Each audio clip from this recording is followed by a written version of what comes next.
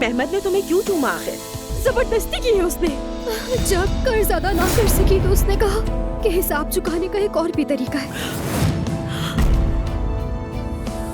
तुम्हें बस अब बहुत हो गया, कोई भी मुझ पर हाथ नहीं उठा सकता।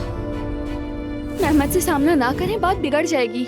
असल बिगाड़ तो तब होगा जब उमर को ये बातें पता चलेंगी। इस बार तो उमर कातिल बन जाएगा, फिर उसके हाथों से मेहमद को कोई नहीं बचा सकेगा। ये क्या हो रहा है? तुम्हारा बेटा मेहमद फिर से वही हरकतें कर रहा है, मगर इस बार जो किया है वो नाकाबिले बर्दाश्त है। ये क्या है? आवाज नहीं आ रही थी। कैसा शोर मचा रखा है। आयजा, यास्मीन, नाइला,